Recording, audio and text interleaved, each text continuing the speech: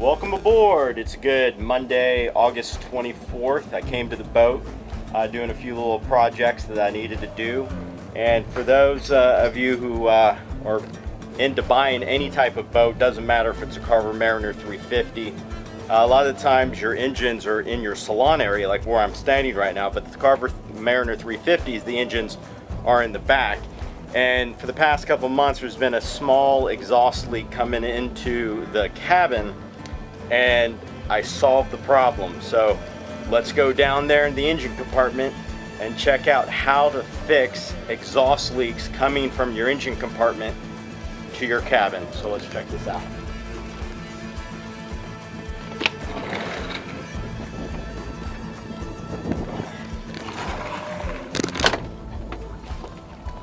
So as you can see down here, see all the foam that I put along the edge of the bulkhead, over here, underneath the, that's the exhaust blower. So every time you start your engine, you have to keep this on, keep this running. And I have it all the way over there. There was a hole about the size of a $50 that had some white wires going through it over there. And all I did was, this is how you solve the problem. You put your hand against the bulkhead and you see exactly where the airflow, where the cold air is coming from the cabin to the engine compartment. So that'd be very important to do. And also I came over here and I fixed some of these wires. Don't worry, I won't get electrocuted on this DC little panel thing. So I got some were just wires without the little connectors. So I added some connectors here for this one, and this one. A project that I'm going to do that I haven't done yet. Okay, so in the Carver Mariners 350s, you have three bilge areas. You got the middle, you got the main, you got a bilge pump right here, you got a bilge pump all the way in the front. You have no holes from the bulkheads. They sealed it off so engine oil and antifreeze and transmission fluid cannot get back here and go out the boat. But the problem is rainwater sometimes comes over here and sometimes comes over here. Mostly over here because of the way that the boat is. It leans just slightly a degree or two towards port. So all the water up here, when it's like a deluge, it kind of flows down. So down here I have a small little bilge pump. So what I'm going to do, instead of using my hand bilge pump, I'm going to seal this to the bulkhead with a little there's a little specific clamp for it, and the hose, I'm going to run the hose. So I'm going to run the hose over here to there, and if you can see here, this is a little pull tab. It turns on the bilge pump. It turns on, turns off, and that's only for the port engine, so you can get the water to go into the middle area and then out the main bilge pump. This is mainly just rainwater. If you're on plane, all the water is going way back there, and there's another huge bilge pump. And so I have another one on this side as well, down there, and then got the bilge pump.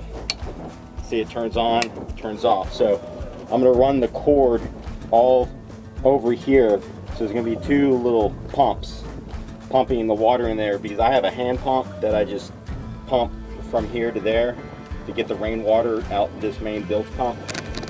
So yeah, it was good day out to come out here, and also I solved another small problem that I told you guys about a few weeks ago. So you can see here, this is the radiator cap, the pressure cap. You see here how it's holding the vacuum, and I added another one of these zip ties to keep it off the belt area. You don't want this rubbing the belt. So this is keeping a vacuum. I added just a small seal around here, and that seals that up pretty tight. So never again will have vacuum loss off the top. And if you always check if your coolant level when you come back to the boat, if it's all the way over here from the hose, that means you have a vacuum. And then check the levels.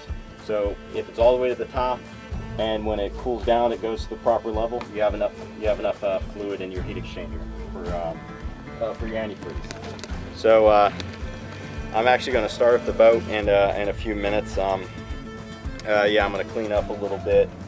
I want to do these are some main projects. If you're going out in the boat, you don't want exhaust smell out in the cabin, so it's very important.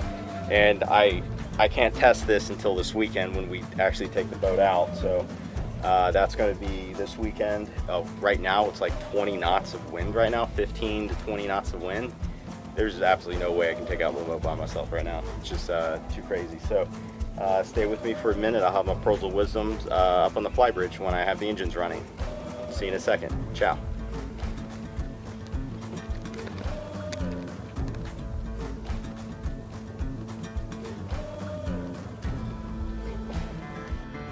Okay, so made it on the fly bridge, and what I was doing after I cleaned up a little bit and took some pictures is I try to hook up my phone to the vessel view, because I have a 2004 engines. Even though this is a 1998 boat, they were repowered in 2004 for whatever reason. I didn't really read in the captain's log exactly why they replaced those engines, but with 2004 engines you can hook up the vessel view. And it's the mobile vessel view, so I have it attached to the engine, but I can't seem to have it connect, so I'm gonna mess with that later on. I have the engines running. I'm so happy that I mean, you guys don't understand that that heat exchanger issue that I was running into with when it wasn't keeping coolant in the heat exchanger, or I mean it wasn't going back from the reservoir container to the heat exchanger. My first thought a month ago was blown head gasket, but nope, not blown head gasket. And usually it's the simplest things, guys. Yeah, fix the simple things first, and thank God it was only a little vacuum leak on top of the pressure cap, but that's all fixed. So I mean, when I opened it up today, it was at the top, and then I put that little seal on it just to make sure that next time when I take it off or put it back on, that it doesn't have that vacuum leak. So my quote of the day comes from Terminator. Forget about it. There is no fate but for what we make. So, and that's in a couple of Terminators. So there is no fate, there is no luck in life. You have to get down and go do it. For instance, today, I mean, you saw I was down there. I was getting some work done. Do you think that's going to get done itself? No. So every day, and I say, forget about it, I'll be back. Just do one thing. Just one thing every day. Just one small thing for your goal. If your goal is, let's say, to become a real estate agent, well, if you don't have your license, start getting the books. Go to Barnes & Nobles, get those books, and start reading them up.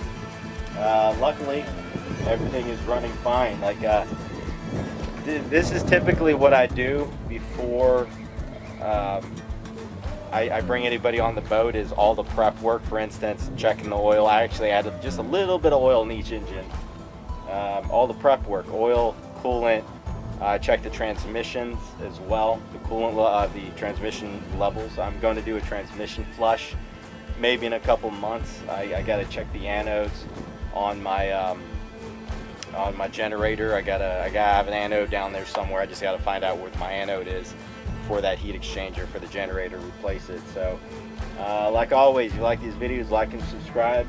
And I'm gonna go home. I think I have a Stouffer's meal waiting for me. I think it's being cooked up right now, so I look forward to diving this weekend. Yes, I do have to do a project this weekend. I have to put an anode on my prop shaft. It actually came off when I was cleaning the bottom, so it's loose. So I'm gonna replace one of the anode zincs on the propeller shaft. So that's gonna be fun on Saturday. I'm glad it's not today because the wind is just 20 knots right now. So everybody stay safe, and if you like these videos, like and subscribe, and I'll talk with you soon. Ciao.